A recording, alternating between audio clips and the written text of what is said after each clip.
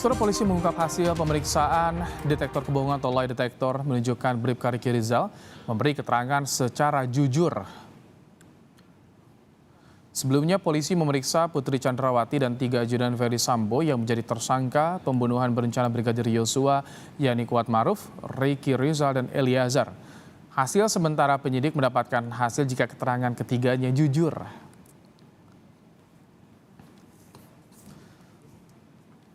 Tes kebohongan sudah dilakukan. Polri menyebut hasil pengujian terhadap Riki Rizal, Eliezer, dan Kuatmaruf adalah jujur. Kesaksian yang mana yang disebut jujur? Kita akan bahas bersama dengan pengacara Riki Rizal, Erman Umar, dan juga penasihat ahli Kapolri Irjen Purnawirawan Arianto Sutadi yang sudah bergabung bersama kami di sore hari ini. Selamat petang, Pak Erman, Pak Ari. Selamat petang, Bang. Selamat petang para pemirsa sekalian. Baik, Pak Erman, kesaksian yang mana sih yang disampaikan Riki Rizal yang dibilang jujur ketika dites lie detector? Seperti ini. Jadi teknis mereka itu dia yang melakukan pemeriksaan itu adalah tim Puslapor Kriminal Polri. Jadi bukan penyidik yang melakukan pemeriksaan, tetapi tim ahli yang ada di Pusat Laboratorium Kriminal Polri itu. Dia ditaruh di suatu ruang khusus. Pertama-tama selama sekian lama, hampir 2 jam, briefing atau interview memberitahu hal-hal apa saja masalah. Kalau lawyer maupun penyidiknya juga tidak di dalam. Kita hanya bisa melihat di layar TV, monitor TV-nya. Jadi kita tidak tahu persis kedalaman apakah sudah tuntas semua yang dipertanyakan. Tetapi sebelum melakukan pemeriksaan, saya juga beritahu kepada RR. Pertama saya minta penyidik ini kepentingan apa, untuk apa? Karena bagaimanapun lie detector itu kan tidak selalu dalam satu perkara dilakukan tes lie detector itu. Ini mungkin banyak berkembang informasi-informasi yang mungkin ada yang bias, ada yang bertentangan atau bagaimana, sehingga penyidik perlu bantuan suatu alat teknologi yang kira-kira walaupun tidak sempurna 100% untuk mendekati membantu proses penyidikan itu. Jadi, Pak Erman, saya sampaikan kalau iya. Tapi Anda mendengar apa yang disampaikan Riki Rizal ketika uji lie detector itu? Tidak bisa. Dia nggak ada suara. Kita hanya lihat layar. Cuma sebelum melakukan, saya kan briefing dia, saya berikan diskusi. Sekarang saatnya kamu, ya mungkin BAP yang lain kan sudah. Ini mungkin ada tambahan. Kamu harus, saya bilang, kalau mau bicara pada saat ini kamu diberi kesempatan berbicara lagi tentang apa yang kamu alami, yang kamu ketahui. Kalau kesaksiannya kepada Anda seperti apa sih sejauh ini Riki Rizal? Ya kalau kesaksiannya tentu banyak, poin-poinnya pasti ada lah. Cuma yang penting dalam khusus lie detector ini saya bilang, saudara, kalau mau intinya gini, alat ini kamu apapun akan tercover. Kamu bicara bohong pasti ketahuan. Nah, Pak Erman gini kan, ini berangkatnya lie detector karena ada perbedaan keterangan ketika rekonstruksi ini. Nah, kalau keterangan yang disampaikan ke pengacara apa sih yang menurut Anda, oh ini keterangan yang menguatkan bagi Riki Rizal? Kalau yang langsung itu kan nggak ada yang spesifik. Yang spesifik misalnya kalau yang kita lihat di dalam masalah kejadian misalnya masalah penembakan, ya kan? Masalah penembakan itu saudara RR itu dia melihat memang pada saat saudara Richard menembak gitu ya. Kemudian ada jeda masuk ke HT-nya. Setelah beberapa kali tembak, dia tidak tahu persis berapa kali ya, berapa 5, ada masuk ke HT, dia berbalik arah keluar melihat siapa yang melaporkan. Ternyata teman ajudan yang lain yang bernama Romer.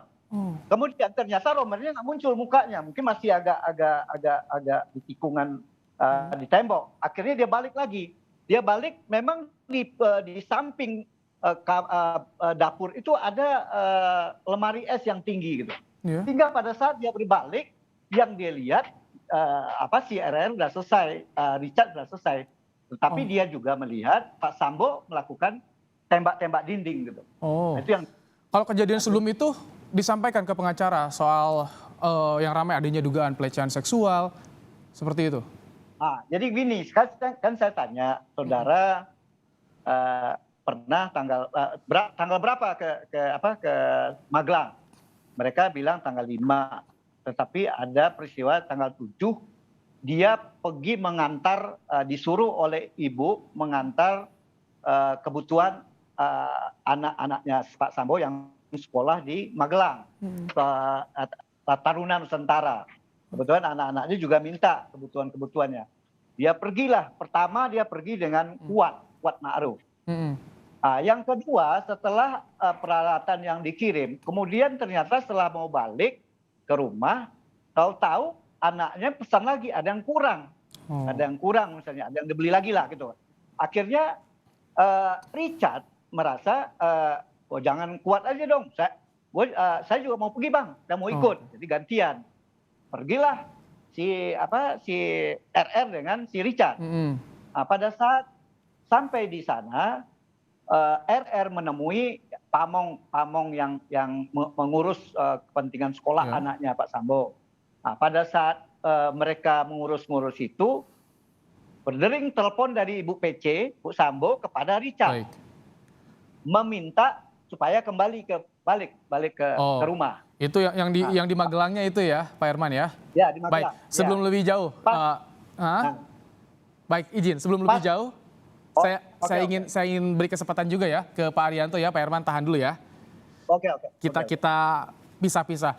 Pak Ari, tadi disampaikan ada beberapa keterangan yang disampaikan kepada pengacara oleh Ricky Rizal soal lie detector, 3 tersangka yang sebelumnya beda ternyata jujur. Bagaimana mendudukan lie detector ini, Pak Ari? Ya, begini ya, supaya jelas ya. Sekarang kita bisa lie detector itu adalah satu cara saintifik yang untuk menguji apakah yang disampaikan oleh seorang saksi itu benar apa enggak gitu. Nah ini dilakukan apabila terjadi perbedaan keterangan dalam satu kejadian, ada 2 saksi ya, misalkan A dan B. A mengatakan begini, B mengatakan begitu. Nah itu nanti pasti itu yang akan dijadikan bahan pertanyaan di sela-sela lie detector itu gitu. Jadi ini ya. Dalam lie detector itu prakteknya begini loh. Itu kan orang dipasang-pasang pakai itu ya, alat-alat itu untuk mengetahui apabila dia itu bohong akan ketahuan. Nah itu diajukan pertanyaan banyak Pak, pertanyaan yang biasa. Nanti kemudian yang pertanyaan yang menjurus kepada yang ingin disasarkan itu. Kalau gitu, nah berarti dia itu tidak jujur gitu. Tapi kalau itu landai terus berarti ini yang diomongkan ini jujur. Gitu. Jadi ukuran jujur sama tidaknya itu dari hasil itu Pak. Jadi pertanyaan yang diajukan yang khusus untuk dia yang disasarkan itu, dan kemudian kalau memang itu landai tidak apa-apa, ya berarti itu dianggap itu dia tidak bohong. Gitu. Tapi itu juga tidak menjamin. Kalau orang yang sudah biasa bohong Pak ya ngomong ditanya yang nggak benar itu, ya landai-landai aja. Tapi kalau orang yang biasanya jujur, ya ditanya yang landai-landai, kemudian ditanya yang betul-betul itu menohok, kira-kira dia tidak jujur, jawabannya masih ada getaran-getaran yang terekam di dalam itu. Oh, jadi ada kebiasaan juga itu yang berpengaruh ya, Pak Ari ya?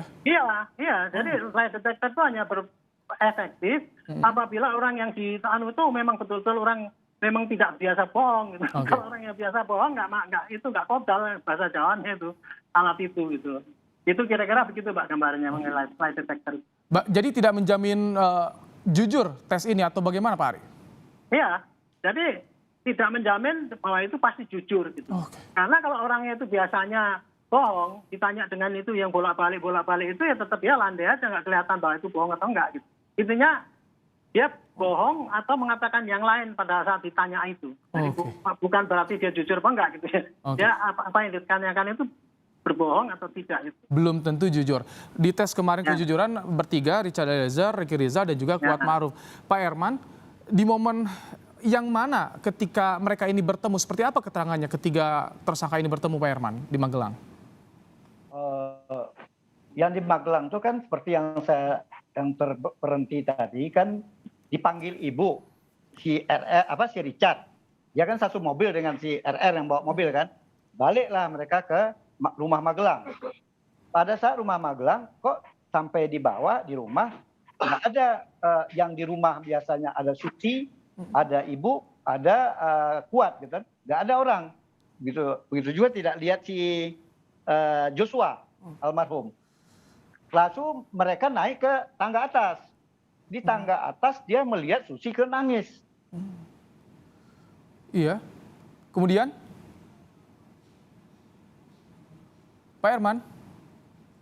Baik, tampaknya sambungan audio kami dengan Herman Umar, pengacara Ricky Rizal terputus. Kita akan coba kembali sambungkan. Saya ingin kembali ke Pak Ari.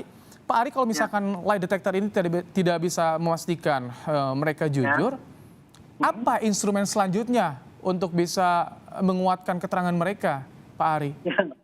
Itu ya, lie detector itu upaya terakhir ya daripada polisi untuk menentukan apakah keterangan yang disampaikan oleh tersangka ataupun saksi itu yang benar. Kan itu kayak gitu tuh pasti dipakai karena mungkin berubah-ubah ya keterangannya itu. Satu, keterangan berubah-ubah atau keterangannya tidak sinkron dengan saksi yang lain. Kurang lebih begitu. Makanya dilakukanlah ini pakai scientific alat ini gitu. Seperti tadi dikatakan oleh Pak ahli itu tadi, Pak Handoko ya Pak. Lie detector itu kan bukan hanya pakai itu poligraf itu aja. Juga bisa dilihat dari mukanya, juga dari wajahnya, suaranya, gesturnya, dan sebagainya. Itu juga mungkin diterapkan apa tidak, saya nggak tahu ya dalam pemeriksaan yang dilakukan kemarin itu. Tapi dari kesimpulan itu, maka mungkin hasilnya adalah kepada apa-apa yang dipertanyakan itu, kemudian dijawab dengan memang benar gitu. Makanya dianggap itu tiga-tiganya jujur gitu. Kurang lebih begitu, Pak. Pak Ari, jadi nanti ya. Komnas HAM mewanti-wanti mengingatkan dengan kasus Marsina soal ini kan Richard Eliezer di luar lingkaran yang Ferdy Sambo, tapi tersangka lain berada dalam lingkaran Ferdy Sambo, ini yang dikhawatirkan. Pak Ari, apa yang Anda lihat soal ini, Pak Ari? Ya, saya sih nggak khawatir lah dengan apa yang disampaikan Komnas HAM itu. Masalah pembuktian itu kan sudah ahlinya daripada jaksa, Pak. Ini di sini polisi itu hanya mengumpulkan bukti yang semaksimal mungkin, ya. Maksimal sehingga oleh jaksa dianggap ini cukup. Baik. Nah, nanti perjuangan untuk meyakinkan hakim itu ya jaksa gitu. Nggak usah kita diwanti-wanti Komnas HAM Tidak ada kekhawatiran ya. Dia. Baik. Pak Ari, kita akan kembali ke Pak Herman. Pak Herman. Ya, Pak. Nah, sudah tersambung. Jadi apa yang menurut Anda penting dari kesaksian Ricky Rizal soal yang terjadi di Magelang, Pak Herman? Kalau menurut saya kesaksiannya itu masih juga tidak bisa hal-hal yang menggambarkan seperti apa yang selama ini gitu. Misalnya gini, dia sudah naik ke atas, setelah bertanya sama Kuat ada apa, kemudian dia naik ke atas, dia melihat ke kamar ibu. Nah, dia datang melihat kamar ibu baring di kamarnya, ditanya sama Richard, RR. Ada apa Bu? Gitu. Dia jawab. Tapi ibu tidak langsung menjawab ini. Dia malah bertanya, Joshua di mana? Malah bertanya Joshua ya? Iya, malah bertanya Joshua di mana? Kondisinya seperti apa ibu saat itu? Ibunya baring di, memang kayak sakit gitu. Baring pakai satu bantal. Ada air mata menangis atau bagaimana? Sedih atau bagaimana dari Ricky Rizal keterangannya?